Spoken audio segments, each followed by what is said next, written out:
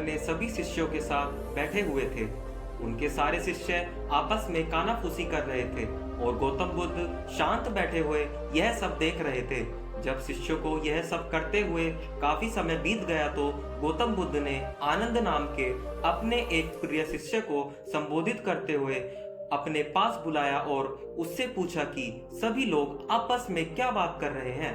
पहले तो शिष्य कुछ नहीं बोला, लेकिन गौतम बुद्ध के दोबारा प्रश्न करने पर वह थोड़ा झिझकते हुए बोला कि गुरुजी, क्षमा चाहता हूँ, यह सभी लोग यह जानना चाहते हैं कि मोक्ष की प्राप्ति कैसे की जा सकती है, इसलिए यह सभी लोग आपस में बातें बना रहे हैं।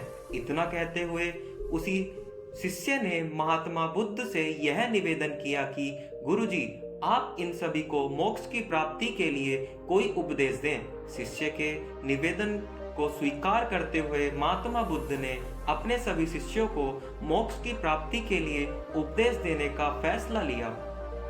गौतम बुद्ध ने उन सभी को एक कथा सुनाने का फैसला लिया। यह कथा थी एक भिक्षु और एक जल्लाद की। अपने राज्य का एक मुख्य जल्लाद जिसने बहुत से लोगों को फांसी पर लटकाया था और अनेक गुनहगारों को सजा दी थी, लेकिन अब वह उस काम को छोड़ चुका था और राज्य के बाहर अपनी एक कुटिया बनाकर रहा करता था। वह अपना जीवन बहुत पश्चाताप में गुजार रहा था। उसे हमेशा लगता था कि वह कितना बड़ा पापी है, उसने कितने लोगों की हत्या की है।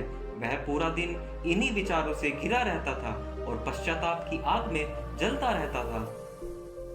वह प्रतिदिन की तरह अपने इन्हीं ख्यालों में घिरा हुआ था और भोजन के लिए थाली परोस रहा था कि तभी उसके द्वार पर किसी की आवाज सुनाई दी। उसने बाहर आकर देखा तो द्वार पर एक भिक्षु खड़ा था। जल्लाद भिक्षुक को देखते ही समझ गया कि वह बहुत लंबी साधना के बाद आज उठा है और भूख से व्याकुल भी है, क्योंकि जल्लाद ने अपना सारा जीवन लोगों को देखते देखते ही गुजार दिया। वह लोगों के चेहरे देखकर ही उनके मन की बात जान लेता था। भिक्षुक को देखकर जल्लाद के मन में आया कि पूरे जीवन तो उसने बस लोगों की हत्या की है, उसे फांसी पर लटकाया है, आज कुछ पुण्य कमाने का मौका है। उसने भिक्षुक के सामने हाथ जोड़कर निवेदन किया कि वह उसके यहाँ भोजन करे। उसने भिक्षुक को अंदर बुलाया और बहुत आदर और सम्मान के साथ अपनी भोजन की थाली उस भिक्षुक को दे दी। भिक्षुक खाना देखकर बहुत प्रसन्न हुआ। उसने भरपेट भोजन किया और फिर जल्लाद से बातचीत शुरू की। जल्लाद ने भिक्षुक को अपने जीवन की सारी कहानी सुनाई कि वह कौन है, पहले क्या काम करता था और उसने कितने लोगों की हत्या की है। उसने जीवन भर क्या काम किया है, लोगों को फांसी दी है और वह कितना बड़ा अपराधी है। भिक्षुक जल्लाद की यह वेदना सुन रहा था। जब तक जल्लाद बोलता रहा, भिक्षुक ध्यान से उसका एक एक शब्द सुनता रहा और वह जब जल्लाद ने अपने मन की सारी वेदना भिक्षुक को बता दी तो भिक्षुक शांत स्वर में बोला, क्या तुमने जो हत्याएं की हैं, तुमने जिनको फांसी दी है, क्या तुमने वह सब अपनी मर्जी से किया है? जल्लाद ने कहा, नहीं, वह मेरे राजा की आज्ञा थी और मैं राजा की आज्ञा का पालन कर रहा था। उन सभी को मृत्युदंड, यह सजा देना मेरा कोई स्वभाव नहीं था। यह सुनकर भिक्षुक ने कहा कि जब तुमने अपनी मर्जी से किसी को नहीं मारा है तो तुम अपराधी कैसे हुए? तुम तो अपने राजा के आदेशों का पालन कर रहे थे, इसने तुम्हारा कोई अपराध नहीं है।